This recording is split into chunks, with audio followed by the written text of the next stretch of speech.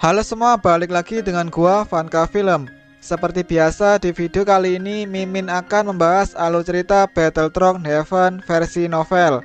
Jadi minta maaf jika antara narasi dan gambar kurang nyambung, karena di episode yang Mimin sampaikan belum rilis filmnya. Sebelumnya bagi kalian yang tidak mau terkena spoiler, alangkah baiknya untuk tidak menonton channel ini.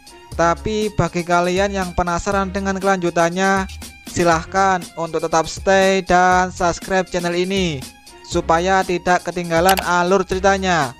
Oke, tanpa perlu banyak basa-basi, langsung saja kita masuk ke alur ceritanya.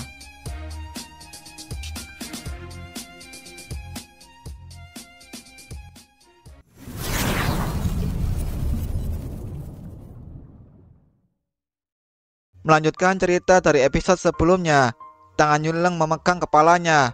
Tubuhnya kini seperti burung yang kehilangan sayap saat ia langsung jatuh ke tanah dengan darah mengalir tanpa henti.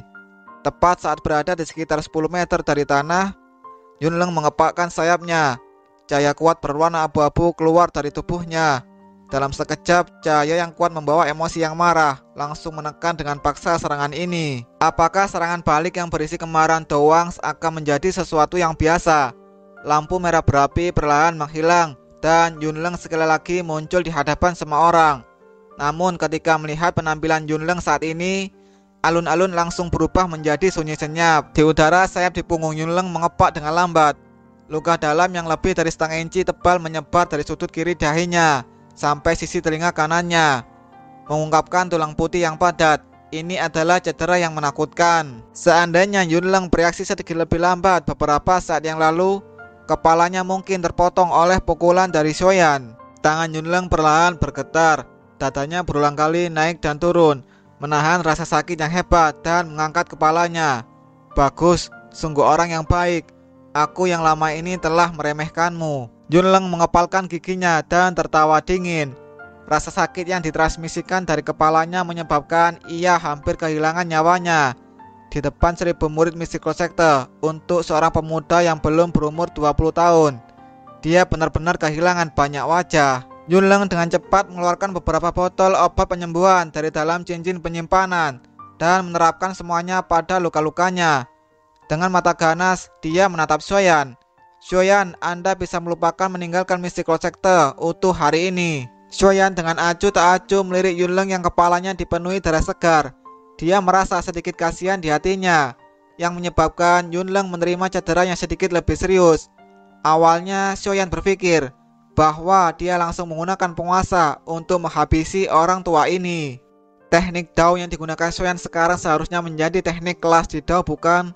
Di pohon besar, Jia Xintian menyipitkan matanya dan menatap Yunleng. Kemudian dia berbalik ke arah Shoyan dan bergumam, dia bisa melukai Yunleng hanya dengan kekuatan Dadausi miliknya. Saya pikir kelas teknik Dao tidak akan lebih rendah dari kelas D. Pama tersenyum dan mengangguk ketika dia berbicara dengan nada terkejut.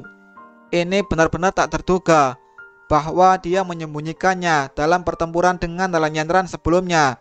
Tidak terlalu sulit baginya untuk menang, bahkan jika dia tidak menggunakan trik apapun. Jia Xintian menghela napas. Dia mengerutkan kening dan berkata, dari mana sebenarnya orang ini mendapatkan begitu banyak barang? Pertama, api surgawi. Kedua, hewan peliharaan kelas Dawang. Sekarang teknik Dao kelas D. Jangan bilang padaku bahwa ada beberapa faksi besar yang kita tidak tahu mendukungnya dari belakang. Pama menggelengkan kepalanya.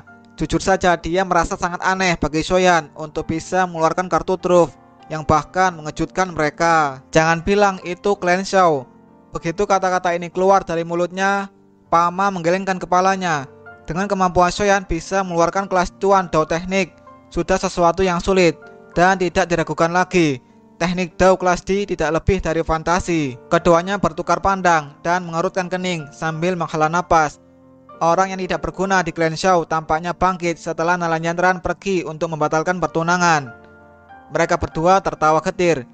Jika ini benar, bisakah Nalanyandran dianggap telah melakukan sesuatu yang akan ia sesali selamanya? Kekuatan tebal ganas di langit yang dipancarkan dari tubuh Yunleng segera dirasakan oleh para murid Mystical Sector di bawah. Tindakan Shoyan ini benar-benar kejam.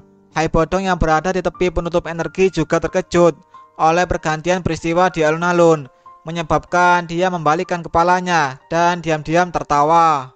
Xiaoyan menatap ke arah Hai Bodong. "Hai tua, cepat hancurkan penghalangnya. Yang terbaik adalah tidak tinggal lama di sini." Hai Bodong mengangguk. "Beri aku 3 menit." Ria energi yang berulang kali dipancarkan pada akhirnya tidak pecah. "Hai Bodong, karena Anda tidak memberi kami wajah sekte awan berkabut, saya yang lama ini tidak perlu memberi Anda yang pernah menjadi Kaisar Es wajah apapun."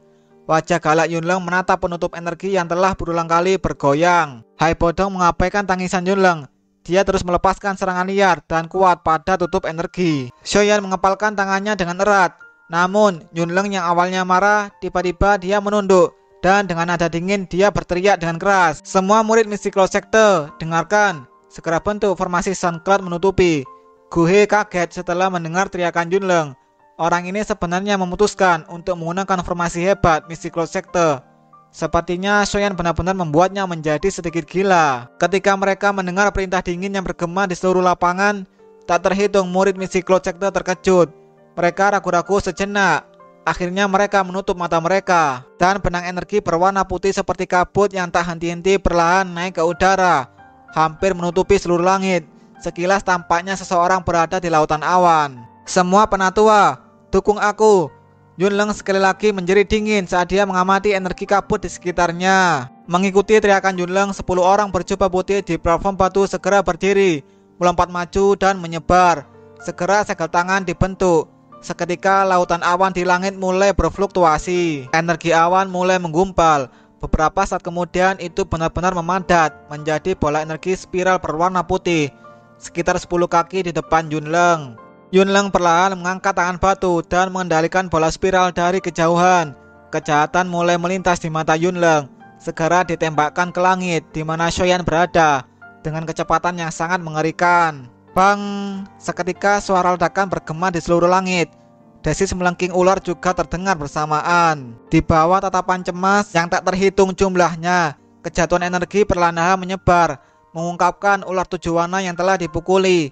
Saat ini penampilannya cukup menyedihkan. Lebih dari setengah sisi ular 7 warna yang awalnya indah dan halus telah pecah. Di bawah serangan yang menakutkan sebelumnya, darah segar merah cerah merembes keluar dari sisi ular yang pecah. Tubuh besarnya bergerak sedikit, melepaskan Xiaoyan yang tidak terluka di dalamnya. Xiaoyan mengangkat kepalanya dan menatap cahaya di mata ular yang telah menjadi jauh lebih lemah. Darah segar yang menetes ke wajahnya tampak agak hangat. Ular 7 warna menjentikan lidahnya ke arah Xiaoyan. Mata ular itu memiliki keprihatinan yang sangat mirip manusia. Sejak ular 7 warna lahir, orang pertama yang dilihatnya adalah Xiaoyan. Setelah itu hidup harmonis dengannya. Meskipun ia merupakan binatang buas, ia sudah menjalin perasaan kekeluargaan kepada Xiaoyan. Dan spoiler pun bersambung. Semoga teman-teman menyukai videonya. Jika ada salah dalam kata-kata, saya pribadi minta maaf. Terima kasih dan sampai bertemu di spoiler episode selanjutnya.